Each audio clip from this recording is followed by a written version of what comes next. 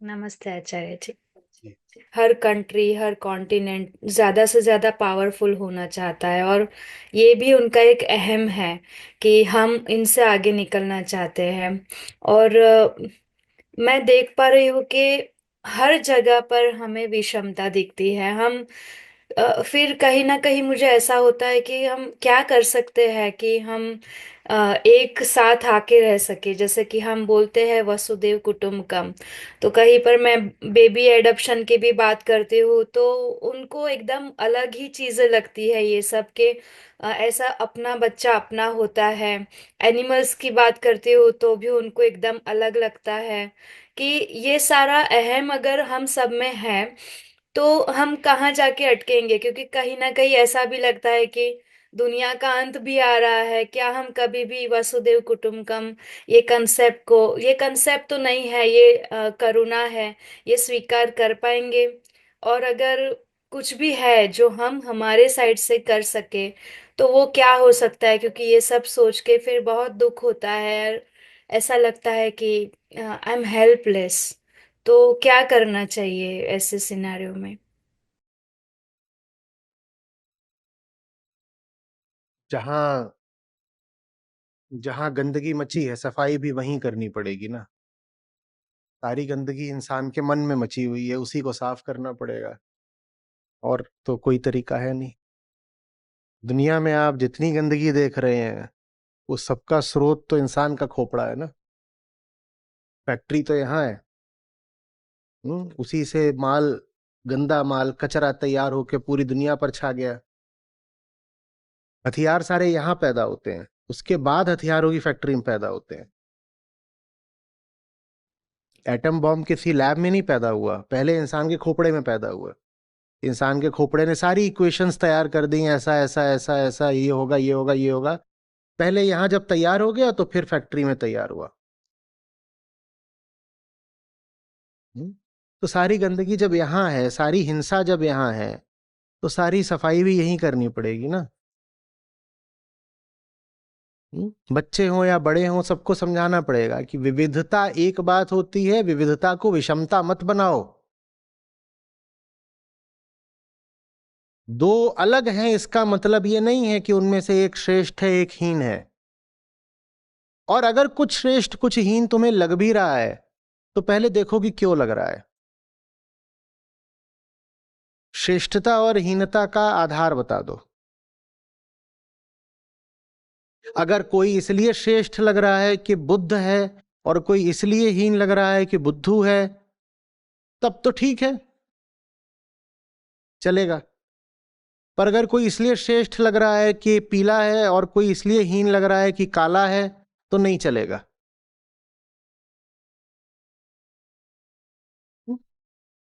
तो विषमताएं पैदा करने से पहले, यानी कि अर्थगत भेद, मूल्यगत भेद निश्चित करने से पहले, अपने माही टटोल।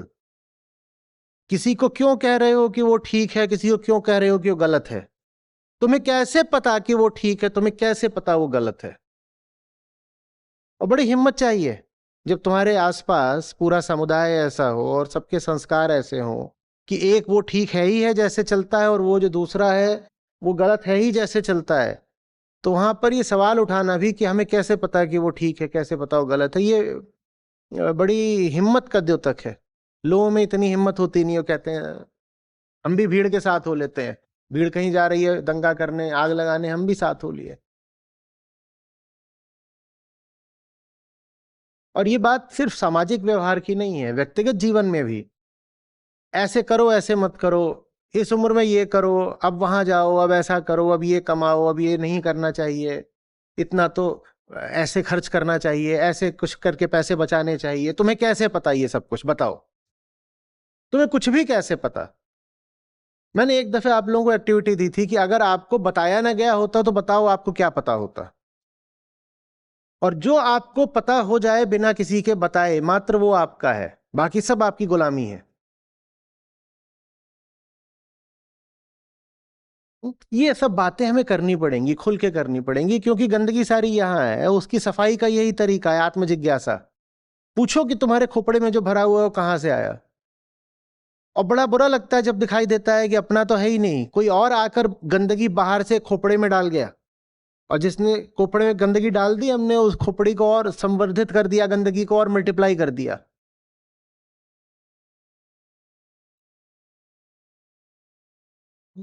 लेकिन सच्चाई के लिए जब प्रेम होता है, सफाई के लिए जब प्रेम होता है, तो आदमी फिर गंदगी के तथ्य को नकारता नहीं है। वो कहता है हम देख पा रहे हैं कि बहुत गंदगी है, साफ करेंगे।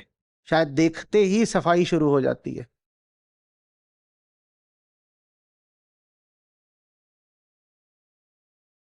फिर तीसरी बार, सब कुछ यही है, यही है सब कुछ, तो सब ठीक भी यही करना पड़ेगा। यहां ठीक करे बिना इधर उधर तलवार भांजने से कुछ नहीं होगा।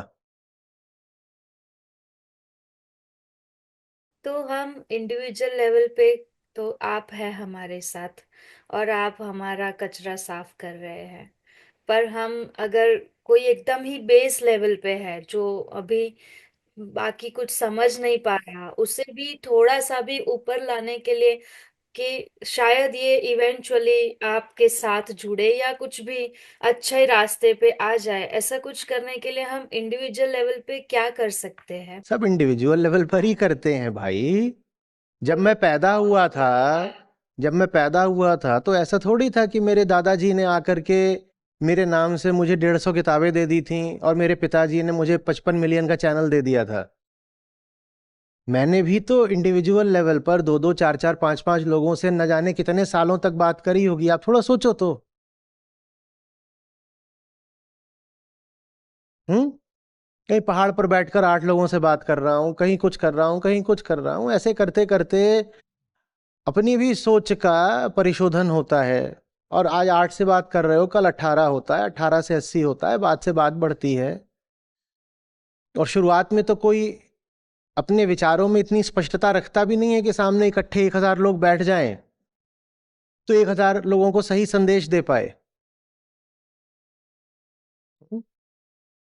जिसकी जितनी पहुंच हो उसे जोर लगा करके उतना करना पड़ेगा, और जब जोर लगाते हो तो पहुंच बढ़ जाती है।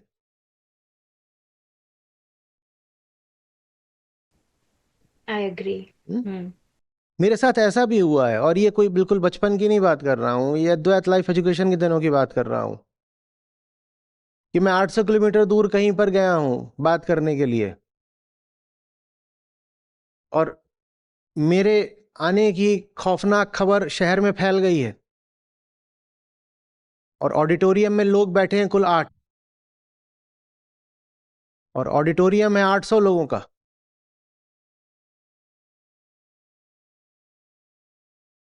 800 लोगों का ऑडिटोरियम, 800 किलोमीटर दूर यात्रा करके पहुंचे हैं, उसमें 8 बैठे हैं, क्योंकि मशहूर तुम हमेशा से ही थे, ये कर देगा वो कर देगा। हम्म। तो जितने मिले उन्हीं से बात कर लेंगे।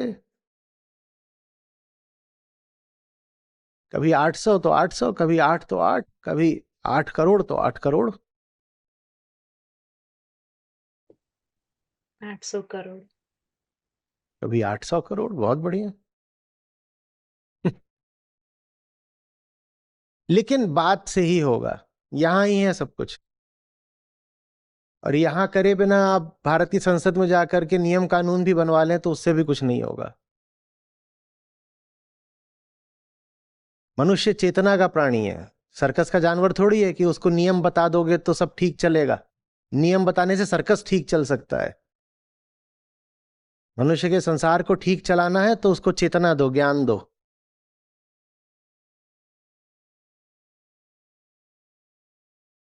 हम्म? जान लगाइए। ये मत कहिए कि मैं क्या करूं, मैं तो बस 4 लोगों को ही जानता हूं, मैं क्या करूं, मैं तो बस अपने मोहल्ले में ही लोगों को जानती हूं, अपने ऑफिस में ही लोगों को जानती हूं। घेरो, पकड़ो, बात करो, और बहुत बहुत सारी निराशा बर्दाश्त करो। निराशी निर्ममो भव भूत्वा। निराशा ऐसी चीज नहीं है कि रोने लग गए।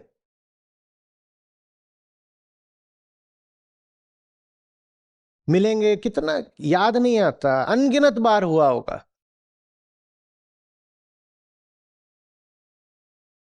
कुछ थे अपने थे मैं उनके लिए एक बार बहुत सारा खाना लेके गया। किसी को किसी का पति उठा ले गया, किसी किसी की बीवी ले गई, किसी के माँ बाप आ गए धरने पे बैठ गए, उसको उठा कर ले गए। तो पहले तो मैं बहुत दुखी हुआ कि बताओ यार, इतना खाना वाना लेकर के आया हूं, कुछ नहीं। फिर मैंने कहा अब ना चूक चौहान, इससे बढ़िया कोई मौका मिलेगा। बैठ के 1.5 घंटे तक मैंने सारा खाना खाया। Blessing in disguise. रोने से कोई फायदा है? उतने में किसी तरीके से पिंजड़े से छूट कर फड़फड़ाती हुई एक दो चिड़ियां आ गईं। एक अपने बाप से छूट के आई थी, एक अपने पति से छूट के आई थी।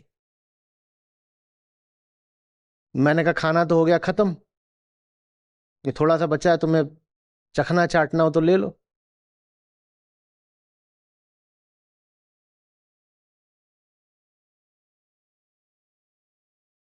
ये सब चलता रहा है, बहुत अरसे तक चला है। आज आप देखते हो कि ऑडिटोरियम पैक्ड है, ऐसे होता नहीं है। बहुत अकेली शुरुआतें करनी पड़ती हैं। अपनी नजर में लगता है बेवकूफ बन गए। हम्म, कोई बात नहीं, चलने देते हैं।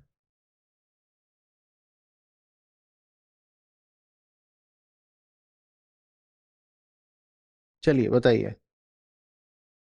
नहीं नहीं आचार्य जी, धन्यवाद। हाँ, जी। ये हेल्प करेगा मुझे।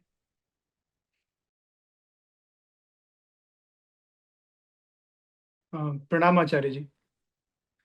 आचार्य जी, आपसे जुड़ने के बाद मेरे जीवन में धीरे धीरे बदलाव आया है।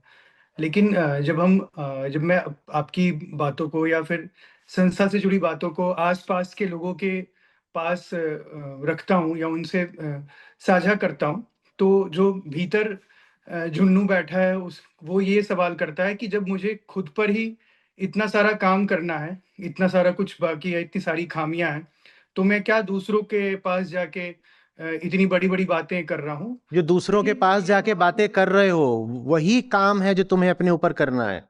अपने ऊपर कैसे काम करोगे? बाथरूम में बैठ करके हाथ पांव मलोगे? अपने ऊपर कैसे काम किया जाता है? अपने ऊपर कैसे काम किया जाता है? हम जो कुछ है दूसरों के संदर्भ और संबंध में है, तो अपने ऊपर भी काम दूसरों के माध्यम से ही किया जाता है ना। इतना तो समझाया है। The best way to learn is to teach. खुद को सीखना है तो दूसरों के माध्यम से सीखना पड़ेगा। ये तो एकदम ही जान छुड़ाने का तरीका है कि कह दिया अभी मुझे पूरी तरह समझ में नहीं आया है, इसीलिए मैं अभी दूसरों तक आचार्य जी का संदेश लेकर नहीं जाऊंगा। न तुम्हें कभी पूरी तरह समझ में आएगा, न तुम कभी संदेश लेके जाओगे, न नौमन तेल होगा, न राधा नाचेगी। Come as you are and fight as you are. Acharya ji ने बुलाया है युद्ध में उतरने को, नहीं अभी तो हम पूरी तरह से शस्त्र विद्या में पारंगत नहीं है। न कभी तुम पारंगत होने वाले, न कभी तुम युद्ध में उतरने वाले। पारंगत हुआ जाता है युद्ध में उतर करके। मुझमें कौन सी प्रवीणता थी जो मैं युद्ध में उतर पड़ा था?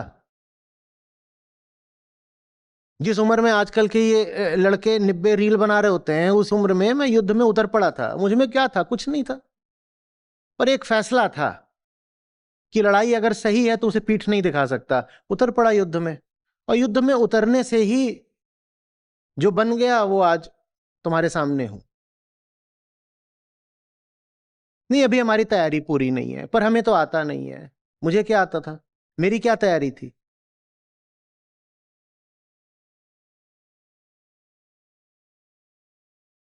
नहीं, पहले सीखेंगे धीरे धीरे ना। वो कबीर साहब ने भी तो बोला ना, धीरे धीरे रे मना धीरे सब कुछ होए। ये बात कामना पर तो नहीं लगाते हो तुम, वहां तो हपक कर टूट पड़ते हो। तब बोलते हो धीरे धीरे रे मना, इसको 0.25 पे कर दो, धीरे धीरे रे मना। वहां तो 5x पर धीरे धीरे। और जब कोई सही काम करने की बात आती है तो 0.25 कर देते हो।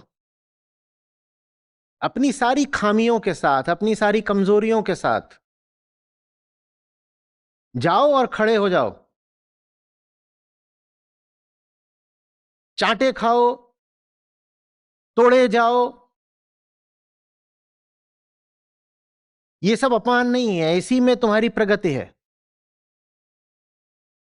कह रहे हो कि अभी तुम्हें पूरी तरह से बात समझ में आई नहीं है, अभी तुम्हें लगता है तो आचार्य जी की बात है तो मैं क्यों बोल रहा हूं, और जो दुनिया भर के और काम करते हो वो क्या अपनी समझ से कर रहे हो? बाकी सब काम भी तुम्हें कुछ समझ में नहीं आए हैं, पर उनको करते वक्त जरा भी संकोच नहीं होता, एकदम नहीं झिझकते कि ये काम जब मैंने समझे नहीं तो करूं क्यों? 12वीं अपनी समझ से करी थी, ग्रेजुएशन में स्ट्रीम अपनी समझ से चुनी थी, ये कॉन्सेप्ट तुम्हारा अपना है कि इतनी एजुकेशन होनी चाहिए, उसके बाद जॉब होनी चाहिए, फिर शादी होनी चाहिए, ये सब कुछ जब तुमने अपनी समझ से नहीं करा तो सारा का सारा नियम कायदा अनुशासन आचार्य जी के ऊपर ही क्यों लगा देते हो कि वहां हम तभी सामने आएंगे जब हम बात को पूरी तरह समझ जाएंगे? तुम पूरी तरह समझ गए थे कि मनुष्य और मनुष्य का रिश्ता क्या होता है विवाह करने से पहले, वहां तुम कुछ नहीं समझे थे पर कूद पड़े। लेकिन जब सच के लिए संघर्ष करने की बात आती है तो बड़ी भारी शर्त रख देते हो, कहते हो जब पूरी तरह समझ जाएंगे सिर्फ तभी सत्य के लिए उतरेंगे।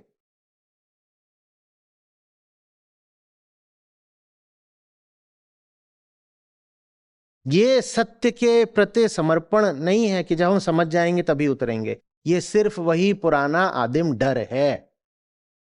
डर को कोई इज्जतदार नाम देना बंद करो।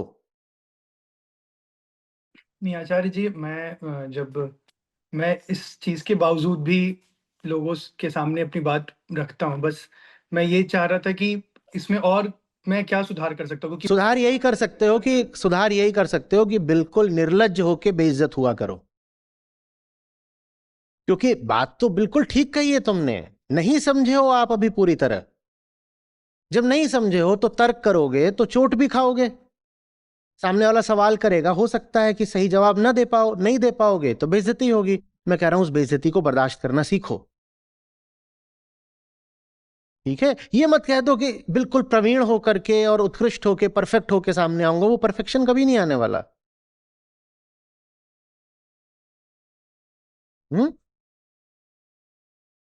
युद्ध में उतरो और जब चोट पड़ेगी तभी अपनी कमजोरी पता चलेगी, तभी अपने दोष पता चलेंगे, और तभी तो अपनी कमजोरियों से आप लड़ पाओगे। जो संघर्ष में नहीं उतरा वो इसी मुगालते में रह जाता है कि मुझ में तो बहुत कम कमजोरियां हैं। अखाड़े में उतरो तब पता चलता है ना कि किस हैसियत के हो। अखाड़े में ज्यादातर लोग उतरते ही इसीलिए नहीं है कि उतरेंगे तो सब दूध का दूध पानी का पानी हो जाएगा। जो अपने बारे में बड़ी उज्जवल छवि बनाकर बैठे हैं एकदम चूर चूर हो जाएगी।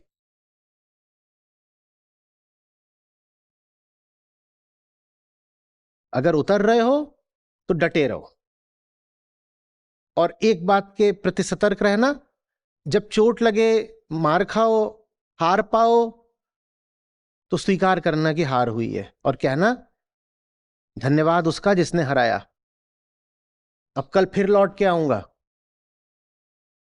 और कम हारूंगा। हम्म? जहां पर हम बौने सिद्ध हुए, जहां पर हम अक्षम सिद्ध हुए, वहीं पर तो अब हमारी प्रगति होगी ना। तो जाओ और बिल्कुल मस्त होकर के पिटो। याद है ना ऋषिकेश में क्या कहा था? पिटते रहो, उठते रहो। उठने से पहले पिटना जरूरी है और पिटने के लिए मैदान में उतरना जरूरी है। सबसे अभागे वो हैं जो उतरते ही नहीं मैदान में।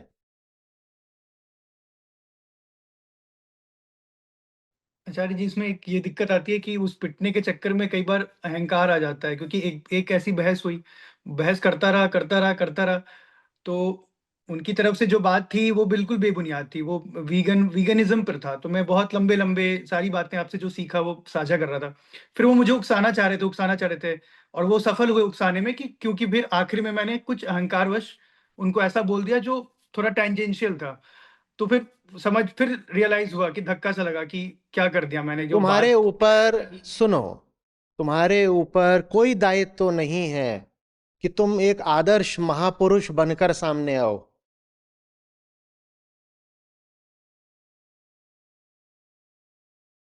जब संघर्ष करोगे तो उसमें तुम्हारे गुण दोष सब सामने आएंगे, लजाने की कोई बात नहीं है। तुमसे किसने कह दिया कि तुम्हें वहां पे परफेक्शन का आइडल बन के खड़ा होना है? तुम्हारा अहंकार सामने आ गया तो है, इसलिए सामने आया। हाँ, है अहंकार। हम पाखंड करेंगे अगर बोलेंगे कि अहंकार नहीं है। है, सामने आ गया है। हम लजा नहीं रहे हैं, हम बेहतर होके लौटेंगे। तुम देखो कि तुम्हारा एजम्पशन क्या है। तुम्हारा एजम्पशन यह है कि जो वीगन नहीं है उसके सामने तुम्हें परफेक्ट होके खड़े होना है क्योंकि तुम वीगन हो। क्या तुम परफेक्ट हो? बिल्कुल अगर नहीं। नहीं हो तो तुम्हें ये बुरा क्यों लग रहा है कि अंत में उन्होंने तुम्हें भड़का दिया, उकसा दिया और तुमने कोई इगोइस्टिक रिएक्शन कर दिया? कर दिया तो कर दिया, कर दिया तो कर दिया।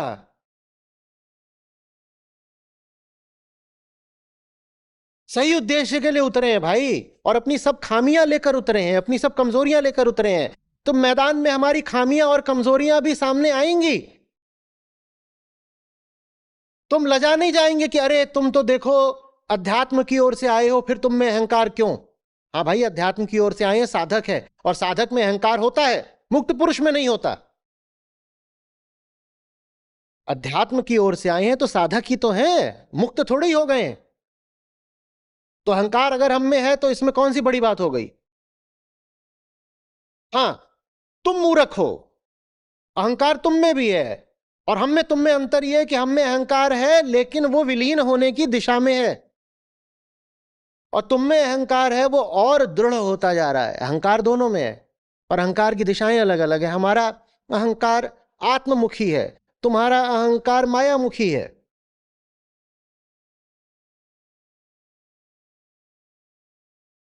ये बहुत लोगों के साथ होता, कहते हैं बहस करते हैं, बहस कर रहे थे तो हमें क्रोध आ गया, तो उन्होंने कहा ये देखो तुम तो आचार्य जी के शिष्य हो, तुम्हें क्रोध क्यों आ गया? अरे आचार्य जी के शिष्य को क्या आचार्य जी को भी आता है?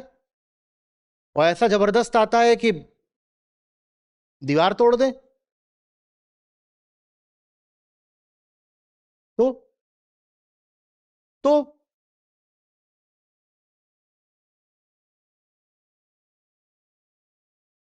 कई बार दीवार तोड़ना जरूरी भी होता है।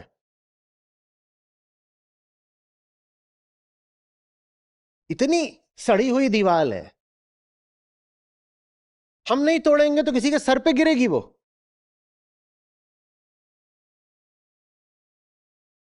अर्जुन भी दीवार बन के एक बार खड़े हो गए थे तो श्री कृष्ण खुद बिल्कुल क्रोध में कंपन करते हुए हाथ में रथ का पहिया उठा के भागे थे भीष्म की ओर। तुम्हें किस बात की लाज आ रही है अगर क्रोध आ गया तो?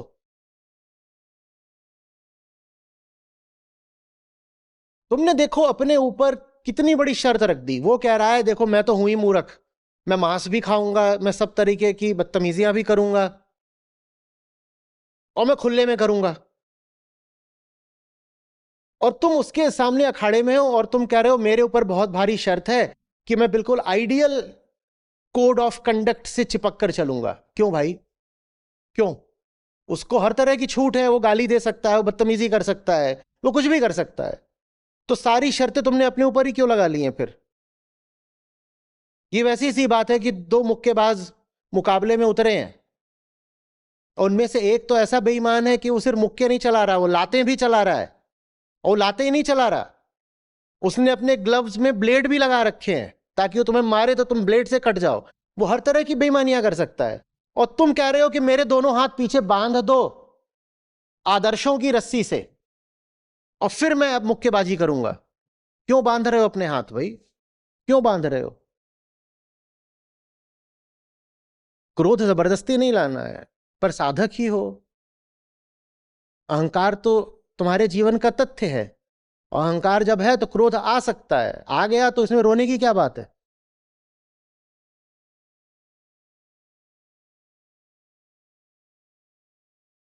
ये बहुत बड़ी गलती करते हैं आध्यात्मिक लोग। सच की तरफ से लड़ने वालों को बड़ी हीन भावना रहती है, बड़ा ग्लानि भाव, बड़ा अपराध बोध रहता है उन्हें अपने प्रति कि नहीं, हमें तो बहुत आइडियल तरीके से चलना चाहिए ना, नहीं तो हम में और उनमें अंतर ही क्या रह जाएगा। और गीता पढ़ रहे हो, यहां कृष्ण है, तुम मारोगे अभिमन्यु को अगर घेर करके, इतने सारे एक को घेर कर मारोगे, तो इतना तो फिर हम भी कर सकते हैं कि सूरज जब अभी डूबा नहीं है तो भी उसे बादलों के पीछे छुपा सकते हैं। जयद्रथ का मरना जरूरी है। कौन सी गीता पढ़ी फिर तुमने? नरोवा कुंजरोवा नहीं जानते हो क्या? शिखंडी को नहीं जानते हो क्या? कर्ण का पहिया नहीं याद है तुमको?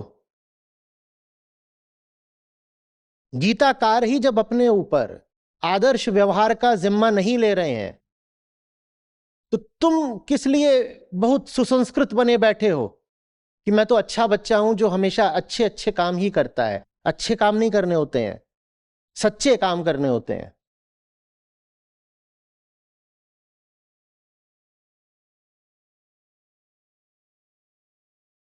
दुर्योधन की जांग अगर तोड़नी जरूरी है तो तोड़ो। ये थोड़ी कहोगे कि नहीं नहीं, हम तो नियम कायदों के भीतर ही रह करके लड़ेंगे,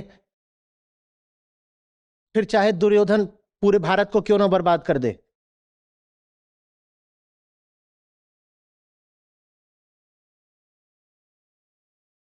युधिष्ठिर मत बनो, अर्जुन बनो। युधिष्ठिर अपना ही लोक धर्म चलाते थे और अर्जुन का धर्म था कृष्ण, क्योंकि अर्जुन को बोला था कृष्ण ने कि सारे धर्मों को छोड़ करके मात्र मेरी शरण में आओ। युधिष्ठिर तो अपने ही धर्म, युधिष्ठिर को बड़ा बुरा लगा था। अरे, हमारा रथ पृथ्वी से थोड़ा ऊपर चला करता था, आज कह दिया अश्वत्थामा तो नरोवा कंदर, आज हमारा रथ जो है वो जमीन पे चलने लग गया है। और ये कैसे कर दिया कि दुर्योधन की जांघ पे प्रहार करा दिया कृष्ण आपने।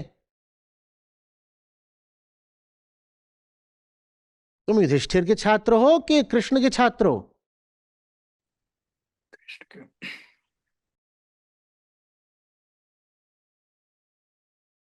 तो लोक धर्म के संस्कारों को अपना बंधन मत बना लेना, खुल के लड़ो। सच के लिए जब लड़ा जाता है ना, तो उसमें फिर संसार की शर्तें अपने ऊपर नहीं रख ली जाती।